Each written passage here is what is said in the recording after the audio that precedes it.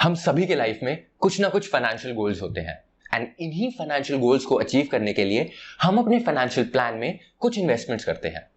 But things do not always go as planned.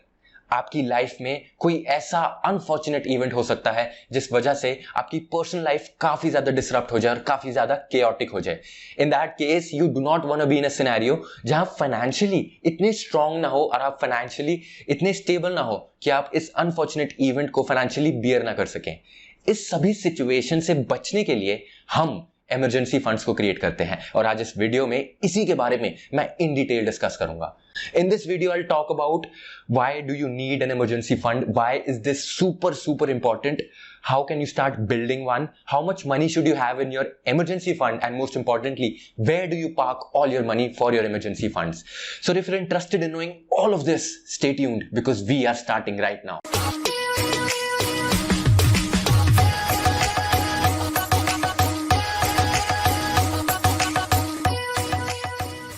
To start off, what is an emergency fund and why do you need it? Emergency fund is that fund which is supposed to sustain you during all these contingencies and bad times. And आपको इस पैसे की क्यों जरूरत पड़ सकती है?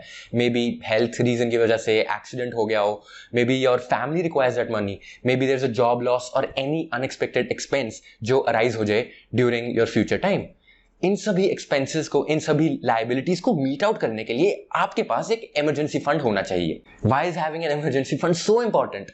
All of us know the only thing certain about life is it's uncertainty. अगर हमें पता है कि हमारी लाइफ में फ्यूचर में कोई एक ऐसा इवेंट होगा जिसको हम फोर्सी नहीं कर सकते, why not be prepared for it by creating an emergency fund? And how bad can it get if we do not have an emergency fund? Let's take an example. Due to an unfortunate event, ऐसी liability arise होगी and आपको cash की immediately जरूरत है।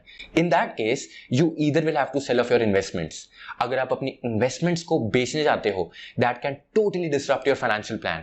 आपने financial goal एक बनाया हुआ था कि मैंने गाड़ी खरीदनी है and उसके लिए आप invest कर रहे थे। अगर आप उस investment को तोड़ोगे, you'll be breaking your financial goal, which is not a healthy exercise. Second thing that you can do is you can go for a debt. आप consumer loan या फिर आप एक personal loan ले सकते हो and usually these loans come at very high staggering interest rates. क्योंकि इनके इंटरेस्ट रेट्स इतने हाई होते हैं, you actually end up being in a debt trap, जहां इंटरेस्ट के ऊपर और ज्यादा इंटरेस्ट accumulate हो जाता है and you actually spend rest of your life, rest of your 20-30 years of your life trying to pay back this loan. और ये सिचुएशन फ्यूचर में अराइज ही ना हो अगर आपने सेट असाइड किया हुआ है कुछ अमाउंट अपने कॉर्पस का as emergency fund just to meet up with these contingent liabilities. एक और क्वेश्चन जो आप सबके दिमाग में आएगा कि how much money do you actually need to have in your emergency fund? As the rule of thumb states in your financial planning, your emergency fund का corpus must be 6 times your monthly income. As simple as that. अगर आपकी monthly income 1 lakh है, then your emergency fund should be of 6 lakh. Another question would be, how do I start and when do I start? Simple answer to this will be you start as soon as possible. This especially goes for all those people my age जो या फिर college में है या फिर young adults हैं who are starting off with their careers. The first thing that you do when you receive your first paycheck would be start setting aside some money for your emergency fund. This is the first step in your financial plan and super important. Now I'll address the most debatable question pertaining to this concept. Where do I park all the money that I've saved up for my emergency funds? इस question का probable answers हो सकते हैं, either you save it in your fixed deposits या आप अपने savings bank account में रहने दो या आप स्टॉक्स या फिर इक्विटी में इन्वेस्ट कर दो। And frankly speaking none of these answers are correct and I will tell you why. First thing that we should keep in mind is emergency funds should be highly liquid. Emergencies and contingencies अचानक से आती हैं and हमारी cash की requirement भी अचानक से ही meet करनी पड़ती है। इसके लिए हम किसी भी ऐसे इंस्ट्रूमेंट में इन्वेस्ट नहीं कर सकते, किसी भी ऐसे इंस्ट्रूमेंट में अपने फंड्स को पार्क नहीं कर सकते जो थोड़े बहुत इलिक्विड हो। इसी रीजन की वजह से फिक्स डिपॉजिट में इन्वेस्ट करना एक वायबल ऑप्शन नहीं रह जाता। ऑल्दो फिक्स डिपॉजिट्स में भी पैसे आजकल आराम से निकाले जा सकते हैं, but of all the alternatives fix deposits are the most illiquid instruments to invest in, which is why fixed deposits will not be a viable option here. Second thing to keep in mind would be risk. Risk can be either volatility or safety of capital. अगर हम इस criteria को देखें, stocks may not be just good for us when it comes down to safety, because हमें पता है stocks में invest करने से हम काफी ज्यादा रिस्क अज्यूम कर लेते हैं, काफी ज्यादा वॉलेटिलिटी भी होती है, and there are chances that we actually में end up losing all of our money. तीसरा और फाइनल ऑल्टरनेटिव रह जाता है savings and bank account, and ये भी एक अच्छा डिसीजन नहीं होगा due to two reasons. First being interest rates. Ideally देखा जाए सेविंग्स बैंक अकाउंट पे interest rates vary between 3.5 to 7%। Average देखा जाए to 5 to 5.5% इंटरेस्ट रेट मिल जाता है अपने सेविंग्स बैंक अकाउंट पे। एंड अगर हम इन्फ्लेशन देखें, inflation also varies between 5 to 6%। अगर हम इस परस्पेक्टिव से देखें, विल रियलाइज कि on an average will be just be able to keep up with inflation if we invest our money in savings and bank account. But is this fine? No, it isn't, because we are not factoring in lifestyle upgradation. अगर आप 20 साल की उम्र में कुछ expenses इंकर करते हैं, 30 साल की उम्र में आपके एक्सपेंसेस एंड आपके लाइफस्टाइल अपग्रेड होंगे, and you want that your emergency fund should also keep up with that. So you would want कि आप ऐसे इंटरेस्ट रेट्स, आप ऐसे इन्वेस्टमेंट रिटर्न्स को टारगेट करें जो ना ही इन्फ्लेशन के साथ कीप अप करे, but they also keep up with your lifestyle changes. ये तो फर्स्ट रीजन हो गया। Second reason would be impulse buying.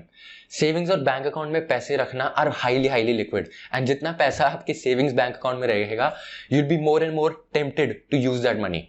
इसका एक ऑल्टरनेटिव हो सकता है that you create a separate bank account solely made for your emergency fund, but you cannot realise वो फिर भी एक बैंक अकाउंट ही रहेगा। You can easily withdraw money from there and end up making very irrational financial decisions by spending your money that you have saved up for your emergency funds, which is why savings account में पैसे रखना is also not a good option. अगर मैं tax perspective से भी इस question को address करना चाहूं, फिक्स डिपॉजिट्स और सेविंग्स अकाउंट में जो भी इंटरेस्ट मैं अर्न करूंगा, all of that will be taxed each year and taxes will eat away all my returns. इन सभी चीजों को फैक्टर इन करने के बाद एक ही ऑल्टरनेटिव रह जाता है जहां पे we can easily park our money for emergency funds, and that would be liquid funds और ultra short term debt funds. ये ऐसे म्यूचुअल फंड्स होते हैं जो आपका पैसा ऐसे डेट इंस्ट्रूमेंट्स में लगाते हैं which will mature within 3 to 6 months. क्योंकि ये नेक्स्ट 3 to 6 मंथ्स में मेच्योर हो जाते हैं, they are very less risky, at the same time काफी ज्यादा लिक्विडिटी भी हमें एंजॉय करने को मिलती है। At the same time we also reap the benefit of earning returns as high as 8 to 9%, which is not only keeping up with inflation but also with our lifestyle changes. Tax perspective से भी देखें तो ये काफी ज्यादा rational and viable option लगता है, because mutual funds पे हम टैक्स तभी पे करते हैं when we redeem our mutual funds. In this case, we'll be redeeming our mutual funds only when we actually need them. जब contingency arise होगी, हमें तभी redeem करने पड़ेंगे हमारे mutual funds and तभी हमें tax pay करना पड़ेगा. So for all these years, we do not redeem our mutual fund, we'll be deferring our tax payment, which is very beneficial. How can you invest in all these liquid funds?